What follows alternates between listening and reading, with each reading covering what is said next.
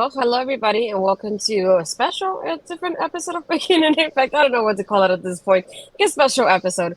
Obviously, I'm not here with my usual partner Cody. He's at a local show tonight, so we have to excuse him. But we have none other than my good friend Ed. How are you doing, Ed? I'm doing all right. I'm excited to talk about Rebellion. It seems like it's an up and down card. There are some things on here I want to see. There are some things on here that I don't understand why they exist.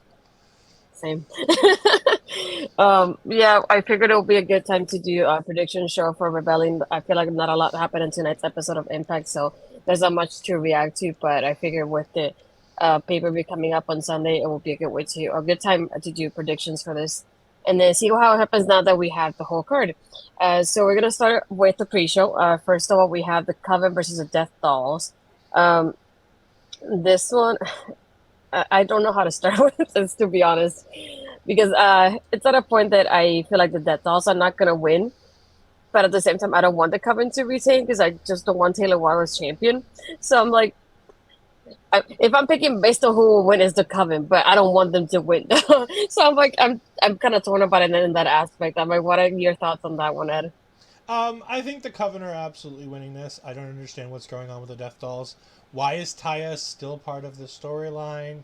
Why are they trying to get into the casket? I know it's the magical portal to get to the land of make believe, and thank nice job for all those Mr. Rogers fans. Nice. But I mean, the Coven are winning this. I don't understand how Taylor Wilde has made her new protege look 20 years older in 2 weeks.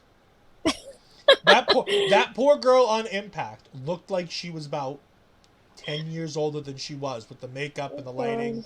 It was so bad. I feel so bad for Kylan King. But yeah, no, I think the Coven are going to win because I think Yeah. the Death Dolls are a mess right now, and I think we're going to be getting back Havoc in the very near Yeah. future. Yeah, the way I see it, I think that the way that Rosemary and even Zaya have been protecting her from like the magic part of it, I feel like sooner or later she's gonna end up maybe on that casket, and then when she comes out, it'll be Havoc and not just Jessica anymore because the way they're like trying to avoid her with that magic there. So I'm like, I feel like once she hits that magic, and even with like to in the show with the cards and Taylor Watt, we had that aspect of it there too. It's like, oh, but the magic part. So I think once she hits the magic, she'll be transformed all over again. But I do wonder if like after that happens, she'll want to face Rosemary or something will happen between them there to like break them up in that aspect and then have Havoc by herself.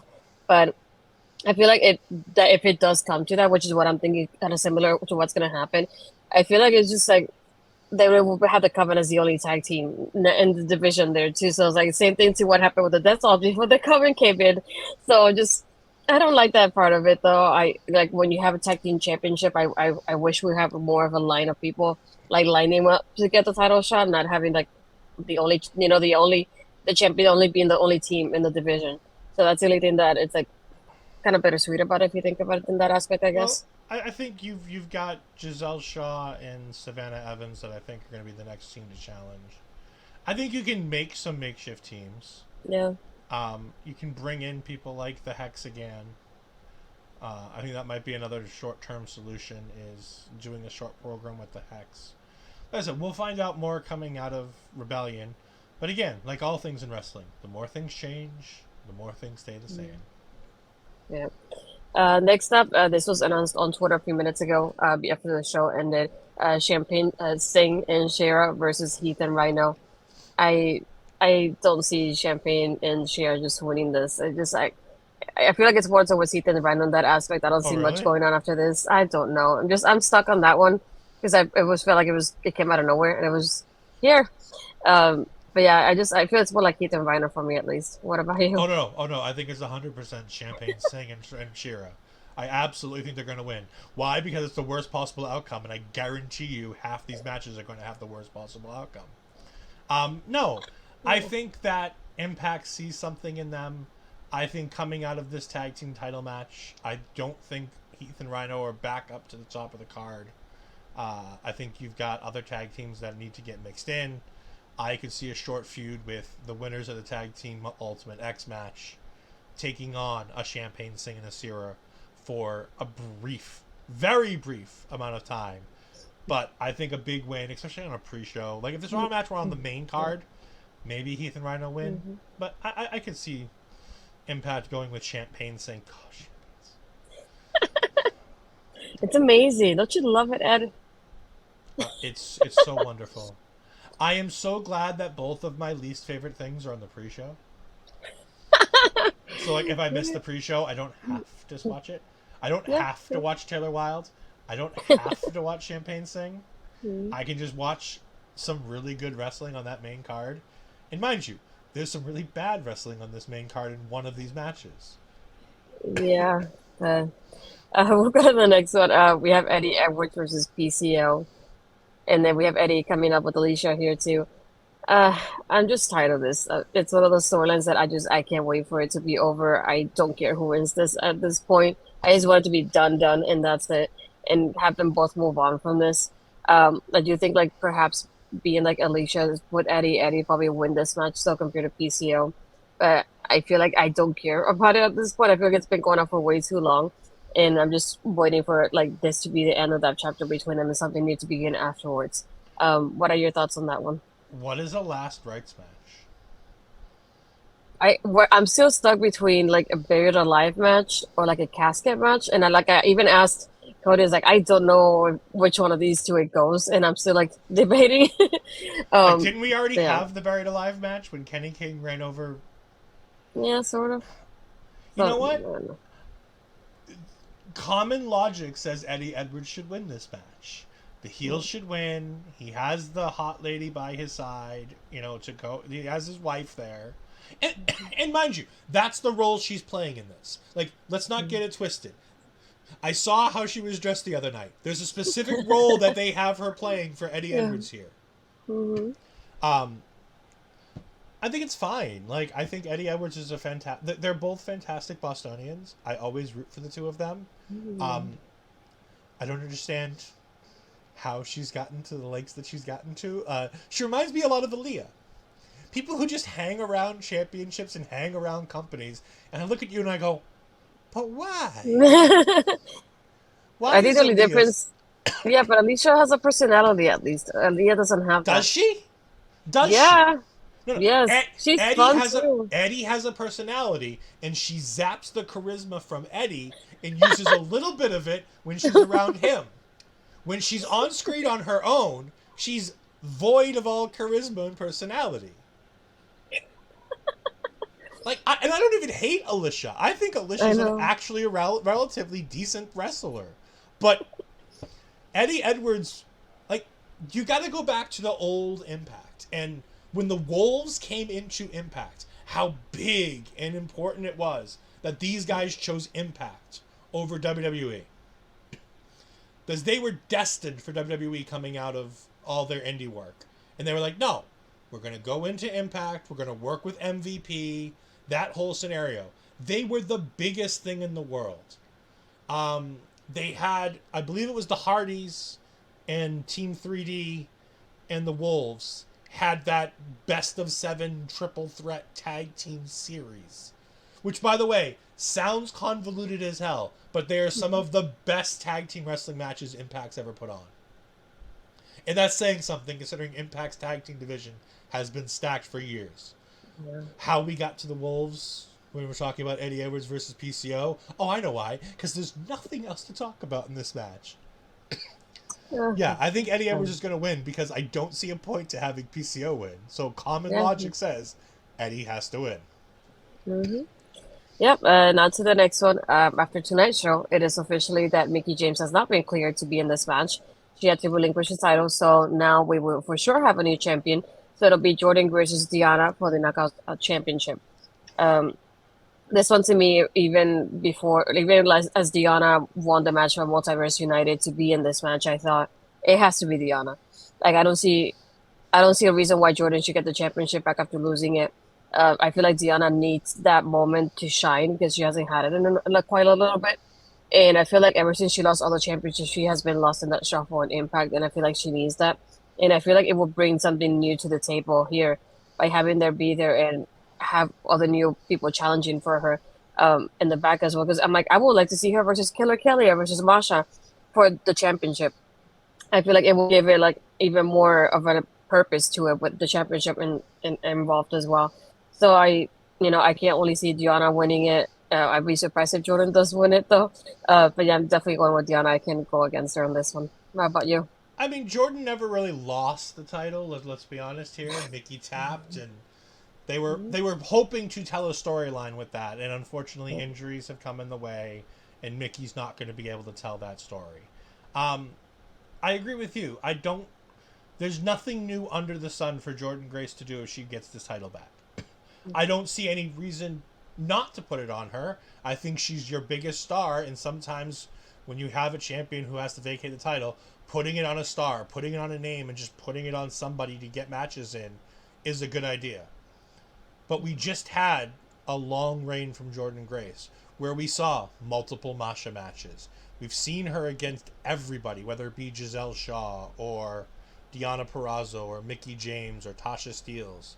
I think putting Diana back in that title position and having her continuing to feud with Giselle Shaw, bringing in a Killer Kelly, bringing in a Kylan King, bringing in a Mhm. Havoc. I think Mhm. in the next few months, I think we're going to see Havoc in this division. Potentially getting Rosemary a singles championship shot, which I Mhm. don't think she's had in probably, what, 4 or 5 years? Yeah, it feels like quite a while. And I feel like you also build up the new people like Jody Threat. Like imagine Jody Threat versus Gianna. Like I would love to see that. So it's just like I feel like it brings something new to that table or something like something fresh for them now versus what Jordan have been going on. And I feel like once Mickey heals, Mickey can easily be involved in the title picture when she returns. So I just If Mickey returns. yeah, big if. But yeah, but if she does, I feel like it will be a good way to like involve her That's not what I in the predicted. storyline as it is. Um, but yeah, who's your pick though? I'm guessing Gianna based on what you said. Yeah, I think Diana's going to win. I think the power couple story is a little bit too hard not to tell. Yeah. I think it could be a fun story to tell. So yeah, I'm going with Diana. I could see Jordan winning this, and I'd be fine with it. I just Hmm. think there's more meat on the bone with Diana having a title reign after a while where she hasn't. I'm also not looking forward to having to watch Impact listening to Matt Raywalt when she wins this title That's true. because it's going Yes. to be insufferable. Oh, very. Uh, Next up, we had the Bullet Club. I guess now as they call, as I put in the next graphic, the ABC versus the Motor City Machine Guns in an Ultimate X match for the World Tag Team Championship. This one, I honestly don't see the Bullet Club losing it so quickly after winning it. I know this is going to be still one of the best matches of the night because it's the Machine Guns and Bullet Club. They already have great chemistry as it is, and I feel like nothing bad's going to come out of this match, and I feel like either way, it's going to be great to build up the Bullet Club with having this win in this type of match. So it's like the Bullet Club is hot right now. I can't see them taking the titles away from them like this. So I'm sticking with them. What about you? Uh, I think it's easy as ABC in this alphabet soup match. Ultimate X, Bullet Club, ABC. Why are they calling them ABC? I don't get it. I guess I would have preferred they say just Ace and Bay and just keep it like that Yeah, but because it where's sounds the C better. come from? I don't get it. Where's the C come? I don't know. I don't know. This match is gonna be match of the night. Like, no offense to Mhm. the next match that we're gonna talk about, the X Division title match. No Yeah. offense to those boys, but these four men are gonna put on a banger. Oh I yes. mean, we've got Motor City Machine Guns in Ultimate X. Hmm. There needs not That said anything else. yeah, I was gonna say that's enough as it is.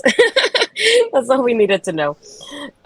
As you said, like next up we had Trey Miguel versus Gresham versus Mike Bailey for the X Division Championship, but this one is a little bit different as it's an elimination match. Um, I feel like this is gonna be super interesting. I'm still like torn on this one because I like how it's been with Trey lately, and I like how he thought like he was outsmarting both of the guys by getting into the match. So it's like kind of like I won't have a contender. There's no winner to this. But later on we get it's like no, we're gonna put both of them in the match since you got you involved yourself in it, and then it's like oh it's okay I can just basically pin one of them and I'm done. He's like no, not only have to pin one of them, you have to pin both of them to keep your title. So I feel like that I like that challenge being given to Trey Miguel in this aspect. Um, I I'm still torn about it though, but I want to stick to Trey, but I'm like, oh, What if somebody else wins it? I don't know. I'm still thrown about it, but I think I'm gonna sip the tray for now and stick to our champion. Sorry. What about you, Ed? Give me Jonathan Gresham here, please. I don't have the same appeal that you guys have for Trey Miguel. Um, Yeah. I think he was the least talented of the three when he was in the group. Um, I think he's been one of the most unimpressive X Division champions in a long time. Um, I thought that the four that were in what was kind of like a contenders match on Mm-hmm. Impact Yeah. are more entertaining stars, and one of those people is Lindsay Dorado. Like Lindsay Dorado, Trey Miguel's fine. Like he's great, but the X division has always stood for excellence. It's always been a cut above everything else. I don't think Trey Miguel has done, especially in this reign. I don't think he's done it. You have Jonathan Gresham and Mike Bailey. Both of these guys could use a nice run with a championship. I think, with everything that Gresham's had to do for this company for the last few months since he's been here, Yeah. give this man a championship and just let him put on banger after banger after banger with everybody. Like Yeah. Jonathan Yeah. Gresham versus Laredo Kid. Now, in all honesty, I think Trey Miguel wins this. I'm taking Jonathan Gresham, but with Laredo Kid having won the match on Impact, I Mhm. see no reason not to have Trey win it because Trey's the one who was in the ring with him when he got Mhm. hurt and almost died. So it makes sense that they would tell the story Mhm. to have Laredo Kid be the one to take it off of him. I still think that's a mistake. I would still take the belt off of him. Then I could at least see the nice, pretty belt underneath all the Spray green paint. spray paint. Yeah. At Yeah. least with the NWO spray painted belt, you could like read the lettering. Mhm. Trey Miguel has all kinds of just green shapes and designs on there. Yes. Can you tell I'm not a Trey Miguel fan? Really? You and 98 viewers are fans. So, I mean, me and um, Cody apparently. both of you. Next up is the match I'm not looking forward to the most. This is Team Bully. I think the match, the graphic was changed a little bit later on. But this is what we had before. They had the Good Hands, Masha and Kenny. But they got replaced here later in the graphic. And if I'm not mistaken, it's Brian Myers and Moose now instead of the Good Hands. And then we keep Yes. Masha and Kenny here as it was. And then we got Team Dreamer, Yua Uemura, Raj, and then we have Killer Kelly in the background and Kazarian with Tommy Dreamer in the front. Um, yeah, this one's one of those that I just want this to be over. I really do. We've been watching this for so long, and I really thought that busted open match was gonna be like, here, it's over. And then we get this. Um, I do like having like the younger guys and girls involved in this, just because I feel like it will kind of highlight them. If otherwise, they wouldn't have been part of this, like part of the card. But I just the involvement of Bully and Dreamer, I'm done with it already as it is. Um, I honestly, I'm like, I don't know who to pick for this one. I just want it to be over. I'm guessing because of the way it's been, probably Team Bully just wins it, for, most likely. Um, yeah, I feel like the little promo they gave us towards the end in the staircase with Bully and Ray, it just feels like they were like one of a united front.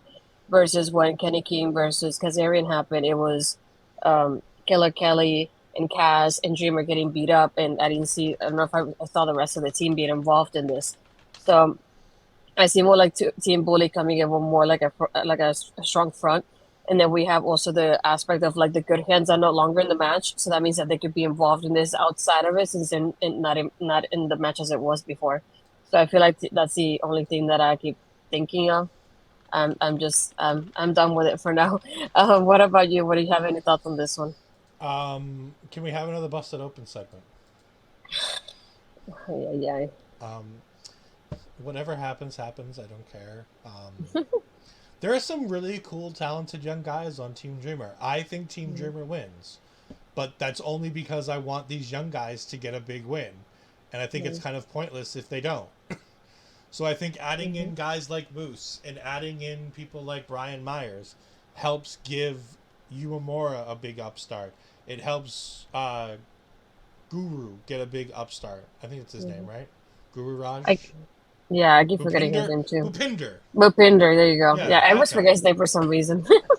Sorry. He's great. It's the guy in the back behind Tommy Dreamer and Yumura. That guy. I know, you can barely see him in the graphic too, which doesn't I help love either. him. He's great. Like I can't pronounce his name to save my I life. can't either. But the dude's great. I love him. I think him and Yumamura are stars in the making. I'm Hmm. super excited for them. A match that I'm excited for because it's going to be a fun match, not because it's going to be a good match. There's a lot of Hmm. story in this match, and we have the Design versus Dirty Dango, Joe Hendry, and Santino Morella is back in the ring. The DOA is back in the ring. Yeah. I had to pull this one Ah, up because we had forgotten about it. yeah. This one, it just I feel bad because I know that John Henry was part of the like one of the teams from Multiverse United and he lost. It's like you can't have Joe Henry lose like this, people. Come on. Um, yeah, it's I like know. I think it'll be interesting seeing Santino in the ring and the combination of all three of them in here. I feel like they'll be in a multi-man match. It's in a way a good opportunity for Joe to win and not get pinned. You can easily have somebody like Santino get pinned who is probably not going to wrestle after this. So I think it's just interesting. I also wonder how the Callahan factor will play into this with the design and the steps and step seven and everything going on. Um, so that's the only thing I keep thinking about. Uh, I can only see the design winning this though. I don't really see them losing at this time. But I feel like it will be some kind of like seeds of doubt in this match. Like I wonder if Callahan's gonna get replaced with Angels because I see Angels more towards the back of the graphic, like he's not part of it in a way. So I wonder if something like that's gonna happen later on. Who do you have for that one?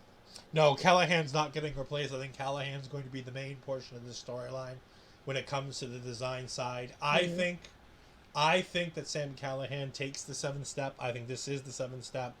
I think putting in people like Dirty Dango and Santino Morella with Joe Hendry, say his name and he appears. He's not here. I know we believe in Joe Hendry though. That being said, Joe Hendry's team is losing this match. The only way they win this match is if Sammy turns on the design. But I Hmm. think you have to go a little bit further with the story Yeah.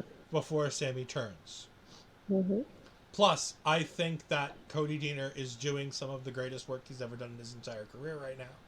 And I would hate to put anything bad on him right now. I think he's a star. I think he's the kind of guy with this group that would be a nice first step for a Macklin. And, well, not a first step, but a step down the line. Say 2 months from now, as we get closer to the next big show. Is it Bound for Glory, right?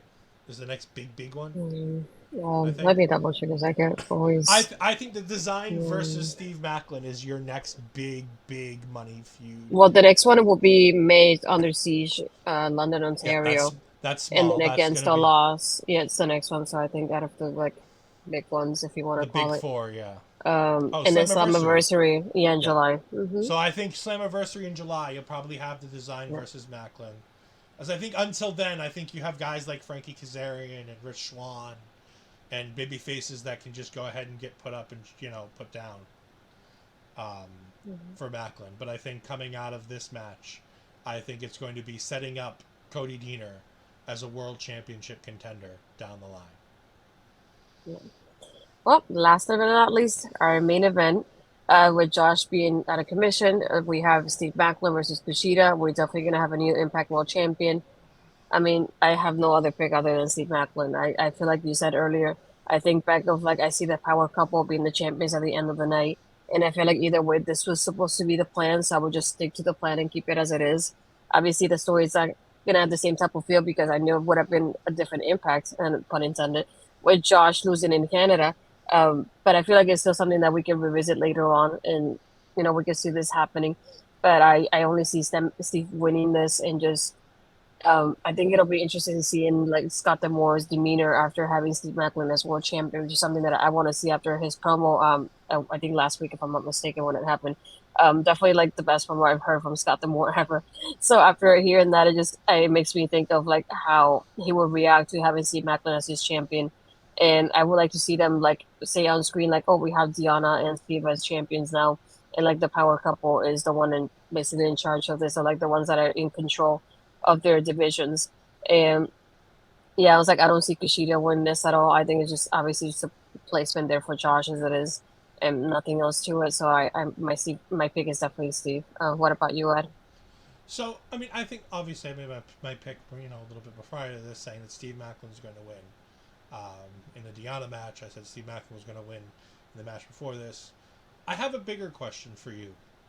I brought this up on a show that I was on a few months ago when we were talking about Mhm. Josh relinquishing the title in ways that they can go.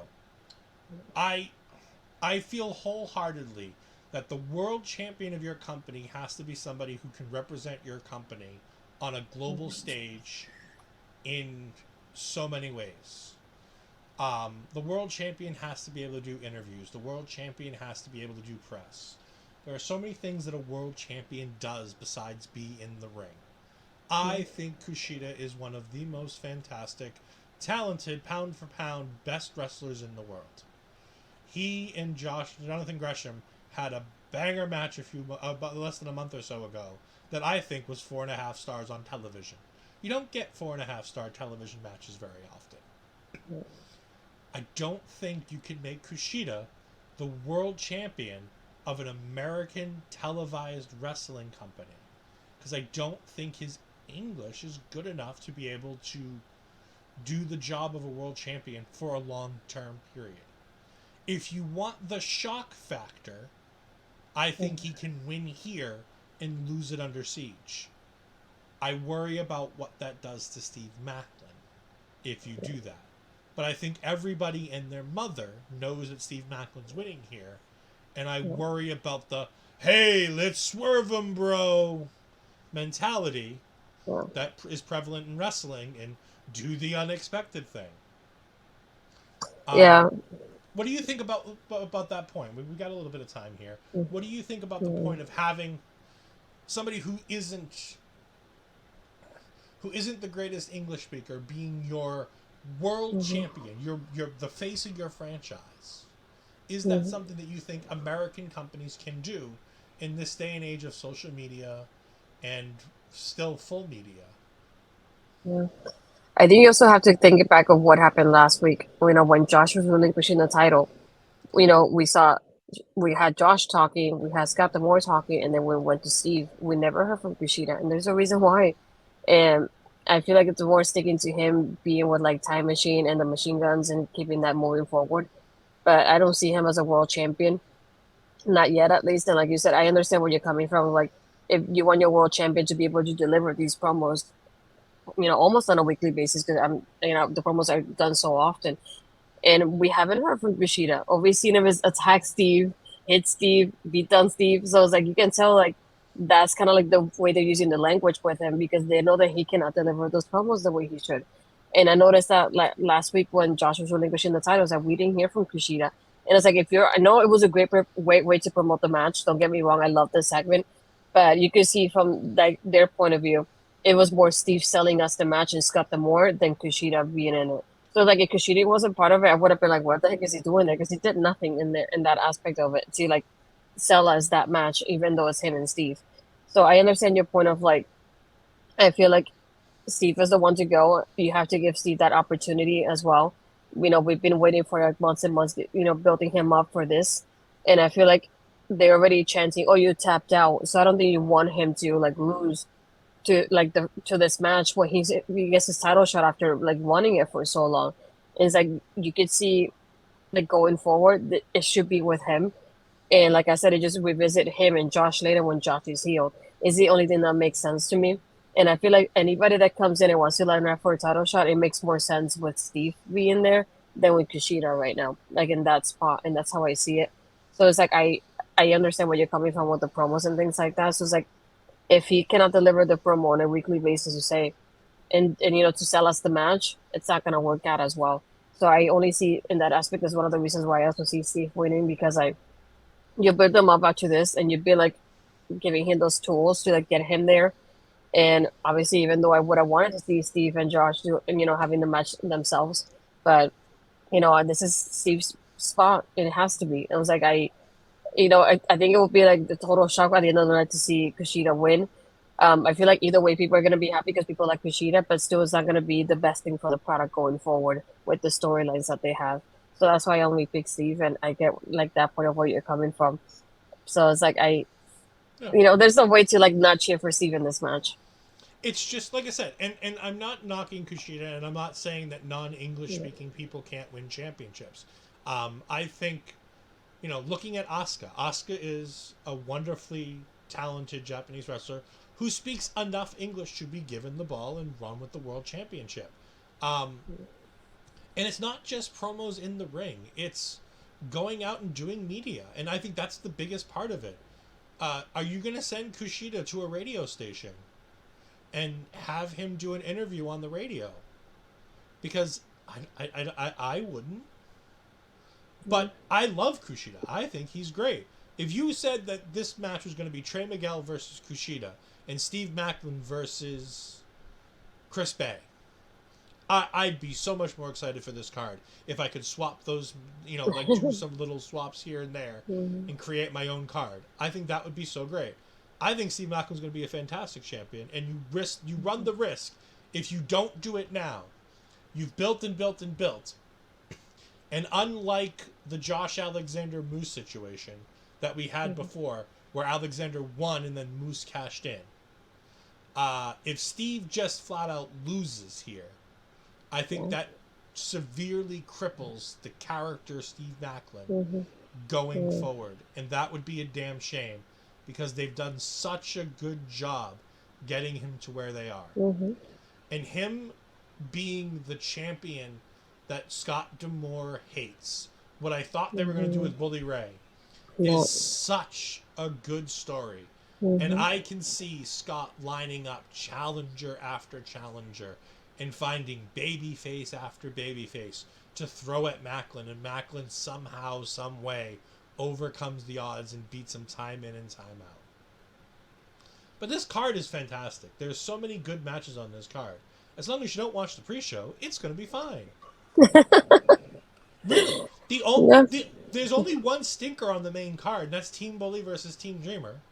The rest of Yeah. the rest of the top of the card is fantastic, and like I said, the only two matches that I don't give a damn about, and I think I speak for you, are the Death Dolls versus the Coven, and Heath and Rhino versus Sheer and Singh, because we don't like the Coven. Let's just be honest. We don't think Taylor Wilde is the best I was gonna say we representation. don't like Taylor Wilde. I like Kylie King. I just don't like Taylor Wilde I involved in think there. Kylan King is fantastic. Yeah. I think she has the brightest future in the world. I mean, it's hard not to have a bright future when you're, 22 years old like Kylan King is, I think? Yeah. She's absolutely fantastic. But that match does nothing for me. It does not excite me to watch this pay-per-view. I think that's one of their downfalls with the way they've built this, is I would have taken one of these big matches and put it on the pre-show. And as crazy as it sounds, I think it would have been the 6-man tag. I think that 6-man tag would be fantastic on the pre-show, leading right into the show. Yeah. And then But when I think about it this way too, I'm not, and for me, like the Team Bully versus Team Dreamer is just the part of having Bully and Dreamer there. If I could take them out of that match, I oh, would it'd be be excited for the fantastic. match. It'd be You know what great. I mean? That's the only thing that bothers me from this match. Like the two older guys that I wish were not there. That's the only thing I'm not looking forward to because I just want that part to be over. Because I like having the like younger wrestlers involved in this and like having a female on each side. Like I love that aspect of it. But I'm like, if I could take out Bully Ray and Tommy Dreamer, that would have been like a great match for me. Like sold. If you could make this match the Good Hands and Moose versus Yumamura, Bhupinder, Kazarian, and then Killer Kelly and Masha on their respective sides. That's a hell of a match. I'm excited as hell to watch that. Yeah. But you add in Bully Ray and you add in Tommy Dreamer. Tommy Dreamer instantly makes whatever match is going to be unwatchable. Yeah. It's like Ric Flair to me nowadays. If you tell me Ric Flair is going to wrestle, I'll tell you take your show and go sell it to somebody else because I'm not buying. I can't. Yeah. I just can't. And Tommy Dreamer is the same way. Bully Ray is a talented, amazing wrestler who has a lot to give this business still. Like, I know we're sick of him, but he has a lot to give this business still, even because he can have great matches. We saw with Josh Alexander, he can have top of the main card, main event level matches and perform at that level. Mm-hmm. He is that man. He is that good. He's annoying. He's the best heel and he's one of the best heels in wrestling because of who he is. Mm-hmm. Yeah. Do you know who I am is a great Mm-hmm. catchphrase. Yeah. But looping in Dreamer and making this about Busted Open and everything they've done about that has made this Mm-hmm. bad.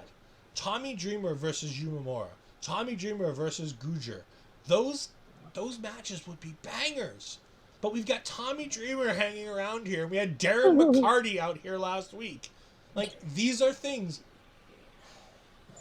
we all rag on WWE for bringing back the legends and having them be too involved and bringing in celebrities and have them too involved. WWE's been very smart about their celebrity involvement lately. WWE's been very smart, especially under Triple H, about bringing back legends and making sure legends are doing what they need to do to make things a better thing. Um, Impact needs to look at Tommy Dreamer and go, you get one more. Pick your match and have it. Because after this one, you're done. Mm-hmm. Because Tommy Dreamer is such a smart person in the wrestling business. He has a lifetime of knowledge to give. And remembering Tommy Dreamer from ECW, there's so much psychology that he can give. There's so much help he can be in the back. But he can't do it on camera anymore.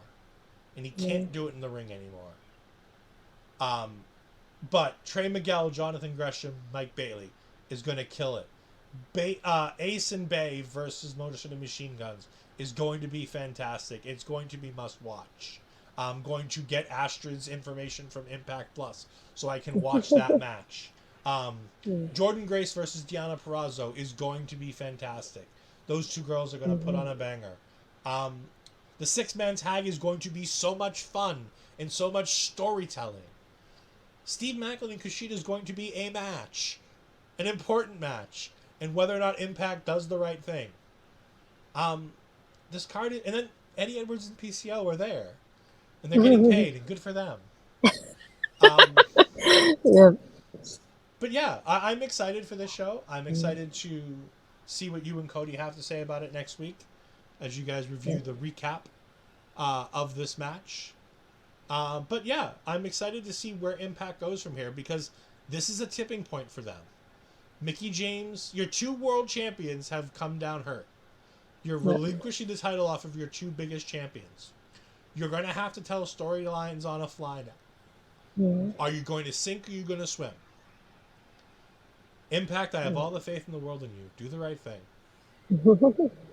No, and I like how you were mentioning the part about like Believer and Dreamer too. It's like for me, it's one of those like I said, if I could remove both of them because not only am I bored of both of them together and what's going on because it's not progressing any further and it's all the same thing in different ways. But the inclusion like Busted Open and just like okay, we get it. They have their show on Busted Open. They work together. They hate each other. You know, it's just like I want that aspect to be removed, and I feel like this is just one huge advertisement for the Busted Open because that's what it feels like at this point. Um, but it's like more than anything, what I see is the people, behind them, as the teams themselves, the members, and having all these like younger talent being here and be helped or like be here learning from Dreamer and Bully, which is what's the important part for them. Like if I could just remove both of them and just keep the good hands over here, I would have been happy with that. So just like I just don't see the story doing much to it. I wish I would just whoever wins it for this one just be the end of it and that move on from there. I feel like that's what I would love and just kind of pick the teams from here and do like Masha and Killer Kelly afterwards and like pick up little parts here and there from the members of each team going against each other, just not involving Bully Ray and Dreamer. The other thing is like for me, I would have done like aside from the match that you suggested, I would have done the Trey Miguel, Gresham and Bailey matches the pre-show too, because even though if we have Trey always talking about being the pre-show, but I feel like the X Division, it's such a good way to start a show with the fast pace of it. Like I feel like it's a great motivation for people to buy the products and buy that pay-per-view. It's like that's one of the matches that I would have done there instead. And like we said earlier, it's like I love it, and I love it. I'm very happy for Kylie Kim being here. I feel she has a great future in wrestling.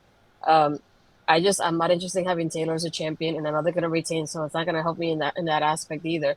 And the death thoughts, I feel like it just like at the same time it's just ending soon, so I don't. I just wanted to end it at just end it, finish it, and we're done with it. Um, but yeah, it's like little things here and there that I'm like, we've been talking about this for months now, and I just want these stories to be over, like Eddie Edwards and PCO too. I'm just ready for this to like be done and let's move on from that.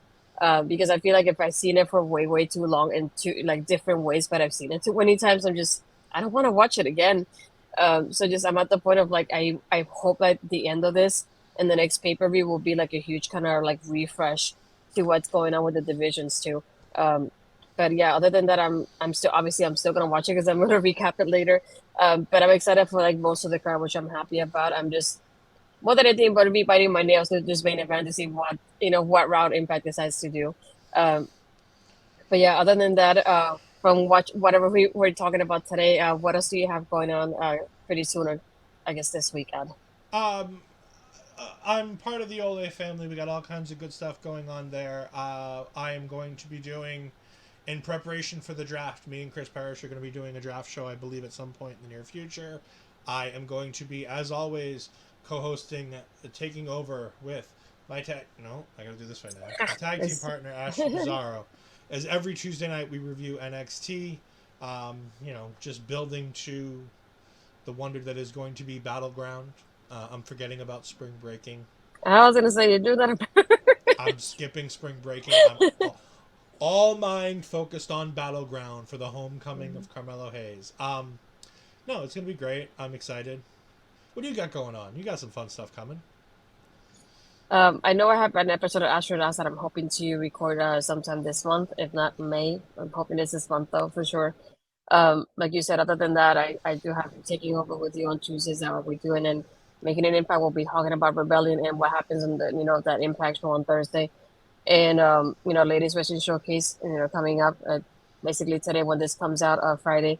We'll be talking about Mercedes and her winner. I'm excited to hear about Mel's view on this because I know she's a New Japan, fan. So I want to see what it's like for her watching this match, especially having a Mercedes involved in there. Yeah, and then as you said, we're part of the OLE family. I do have a show called Killer Cuts with Bobby. We talk about horror movies.